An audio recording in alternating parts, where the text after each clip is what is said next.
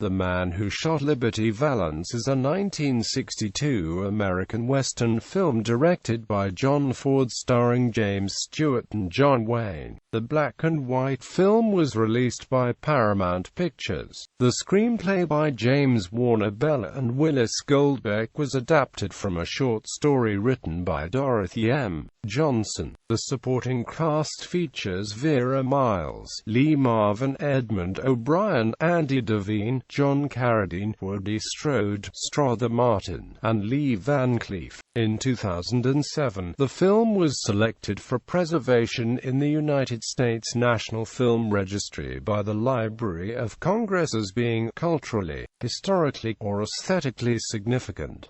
Plot summary: Senator Rance Stoddard and his wife Hallie arrive by train in the frontier town of Shinbone, in an unnamed western state, to attend the funeral of Tom Donovan. As they make the way toward the undertaker's establishment to pay the respects to the deceased, a reporter and his editor, Maxwell Scott, approach and ask Stoddard to explain why a United States senator would make the long journey from Washington just to attend the funeral of a local rancher.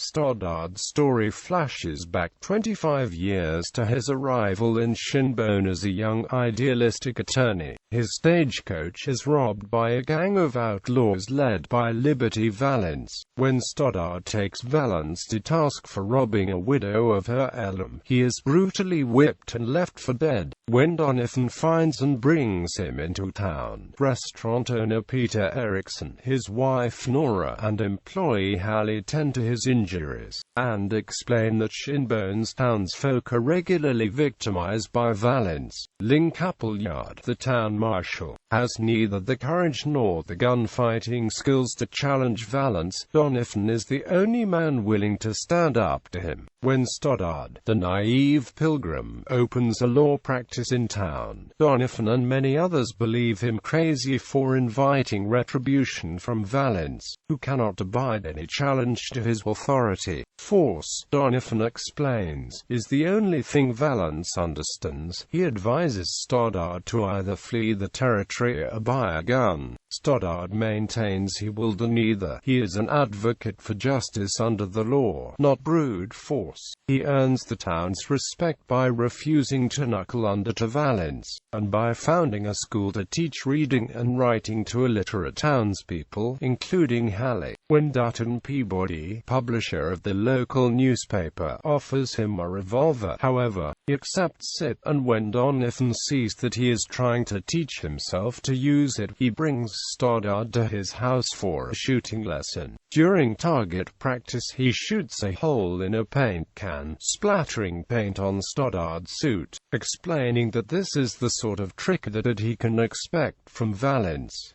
Infuriated, Stoddard punches him in the jaw and leaves. Shinbone's residents meet to elect 2 delegates for a statehood convention at the territorial capital. Donovan nominates Stoddard for one of the positions, because he knows the law, and throws a mean punch. Stoddard addresses the group, explaining that statehood will benefit the people of the territory through improvements in infrastructure, safety, and education. The area's cattle barons, who oppose statehood and the new regulations that it would bring, hire Valance to sabotage the effort. He interrupts the meeting and attempts to bully the townspeople into electing him as a delegate, but Stoddard defies him yet again. The townspeople elect Stoddard and Peabody, prompting Valance to challenge Stoddard to a gunfight. Donovan again advises Stoddard to leave town, but Stoddard maintains that he still believes in the rule of law, and he is willing to risk his life for his principles. That evening, after Valance and his gang assault Peabody and trash his newspaper office, Stoddard goes into the street to face Valance. Valance toys with Stoddard, shooting a pottery vase near his head, and then his right arm, knocking his gun to the ground. He condescendingly allows Stoddard to retrieve his gun. The next bullet, he says, will be right between the eyes, but Stoddard fires first, and to everyone's shock, Valance falls dead. Donovan watches Hallie as she lovingly cares for Stoddard's wounds, then heads for the saloon to drown his sorrows. At his homestead, in a drunken rage, he sets fire to the edition that he has just finished in anticipation of asking Hallie to marry him. His ranch hand, Pompey, rescues him from the inferno, but the house is destroyed. At the statehood convention, Peabody nominates Stoddard as the territory's delegate to Washington, but his unstatesmanlike conduct is challenged by a rival candidate, Marge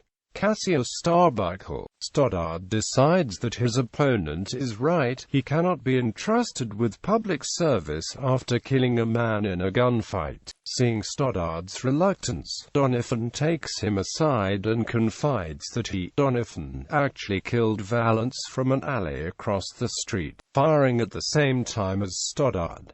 Donovan explains that he knows Hallie loves Stoddard. He shot Valance to secure her happiness.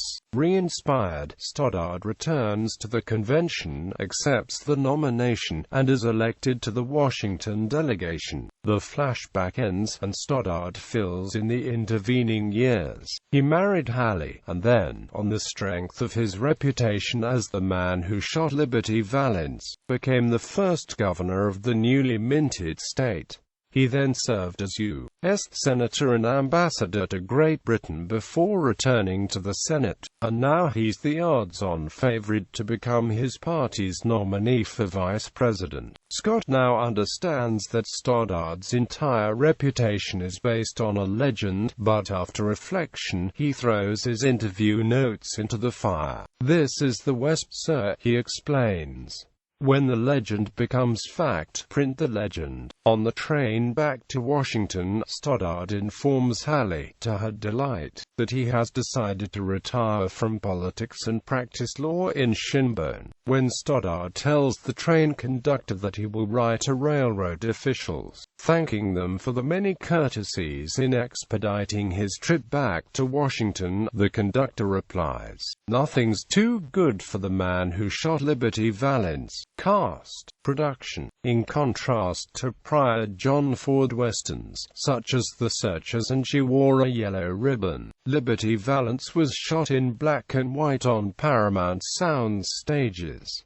Multiple stories and speculations exist to explain this decision. Ford claimed to prefer the black and white medium over color. In black and white, you've got to be very careful. You've got to know your job, lay your shadows in properly, get your perspective right, but in color, there it is, he said. You might say I'm old-fashioned, but black and white is real photography. Ford also reportedly argued that the climactic shootout between Valance and Stoddard would not have worked in color. Others have interpreted the absence of the magnificent outdoor vistas so prevalent in earlier Ford westerns as a fundamental reimagining of his mythic West, grittier, less romantic, more realistic portrayal of frontier life. A more pragmatic interpretation cites the fact that Wayne and Stewart, two of Hollywood's biggest stars, working together for the first time, were considerably older than the characters they were playing. Filming in black and white helped ease the suspension of disbelief necessarily to accept the disparity. According to cinematographer William H. Clothier, however, there was one reason and one reason only. Paramount was cutting costs. Otherwise we would have been in Monument Valley or Brackettville and we would have had color stock. Ford had to accept those terms and not make the film. Another condition imposed by the studio, according to Van Cleef, was that Wayne be cast as Donovan. Ford resented the studio's intrusion and retaliated by taunting Wayne relentlessly throughout the filming. He didn't want Duke to think he was doing him any favors. The Van Cleef said. Strode recounted that Ford kept needling Duke about his failure to make it as a football player, comparing him to Strode, whom he pronounced a real football player. He also ridiculed Wayne for failing to enlist during World War II, during which Ford filmed a series of widely praised combat documentaries for the Office of Strategic Services, and was wounded at the Battle of Midway, and Stewart served with distinction as a bomber pilot. How rich did you get while Jimmy was risking his life? He demanded. Wayne's avoidance of wartime service was a major source of guilt for him in his later years. Stewart related that midway through filming, Wayne asked him why Stewart never seemed to be the target of Ford's venomous remarks. Other cast and crew members also noticed Stewart's apparent immunity from Ford's abuse. Then, toward the end of filming, Ford asked Stewart what he thought of Strode's costume for the film's beginning and end, when the actors were playing the parts 25 years older. Stewart replied, "It looks a bit Uncle Remus-y to me." Ford responded, "What's wrong with Uncle Remus?" Quote, "He called for the crew's attention and announced, 'One of our players doesn't like Woody's costume.' Now, I don't know if Mr. Stewart has a prejudice against Negroes, but I just wanted you all to know about it." Stewart said he wanted to crawl into a mouse hole, but Wayne told him, "Well, welcome to the club. I'm glad you made it." Ford's behavior really pissed Wayne off, Strode said, but he would never take it out on Ford, the man largely responsible for his rise to stardom. "He ended up taking it out on me. While filming an exterior shot on a horse-drawn cart, Wayne almost lost control of the horses and knocked Strode away when he attempted to help. When the horses did stop, Wayne tried to pick a fight with the younger and fitter Strode. Ford called out, 'Don't hit him, Woody. We need him.' Wayne later told Strode, 'We gotta work together. We both got to be professionals.'" Strode blamed Ford for nearly all the friction on the set. "What a miserable film to make," he added. Stewart received top billing over Wayne on promotional posters, but in the film itself Wayne's screen card appears first. The studio also specified that Wayne's name appear before Stewart's on theater marquees, reportedly at Ford's request. Wayne actually played the lead. Ford said to Peter Bogdanovich, "Jimmy Stewart had most of the sides, but Wayne was the central character, the motivation for the whole thing." Music. The film's music score was composed by Cyril J. Mockridge, but in scenes involving Halley's relationships with Donovan and Stoddard, Ford reprised Alfred Newman's Anne Rutledge theme from Young Mr. Lincoln. He told Bogdanovich that he used the theme in both films to evoke repressed desire and lost love. The film's scholar Catherine Kalinick notes that Anne Rutledge's theme encodes longing, and fleshes out the failed love affair between Halley and Tom Donovan, the growing love between Halley and Rance Stoddard, and the traumatic loss experienced by Halley over her choice of one over the other, none of which is clearly articulated by dialogue. The Burt Bacharach Hal David song, "The Man Who Shot Liberty Valance," became a top 10 hit for Gene Pitney. Though based upon the movie's plotline, it was not used in the film. Pitney said in an interview that he was in the studio about to record the song when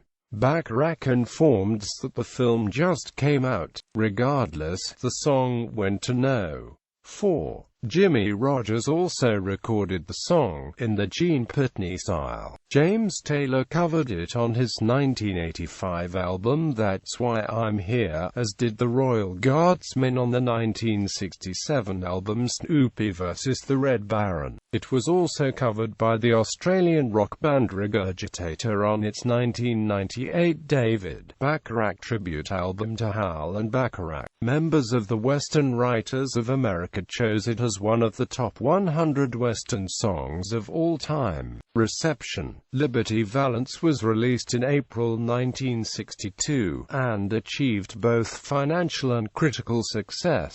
Produced for $3.2 million, it grossed $8 million, making it the 16th highest-grossing film of 1962. Edith Head's costumes were nominated for an Academy Award for Best Costume Design, one of the few westerns ever nominated in that category. The film is considered one of Ford's best and, in one poll, ranked with The Searchers and The Shootist as one of Wayne's best westerns. Roger Ebert read that each of the 10 Ford-Wayne westerns is complete and self-contained in a way that approaches perfection, and singled out Liberty Valance as the most pensive and thoughtful of the group. Director Sergio Leone listed Ford as a major influence on his work, and Liberty Valance as his favorite Ford film. It was the only film, he said, where I learned about something called pessimism. In a retrospective analysis, the New York Times called Liberty Valance one of the great Western classics, because it questions the role of myth in forging the legends of the West, while setting this theme in the elegiac atmosphere of the West itself, set off by the aging Stewart and Wayne. The New Yorker's Richard Brody described it as the greatest American political movie, because of its depictions of a free press, town meetings, statehood debates, and the civilizing influence of education in frontier America. The film is recognized by American Film Institute in these lists. 2003, AFI's 100 Years, .100 Heroes and AMP Villains. Tom Donovan nominated Hero.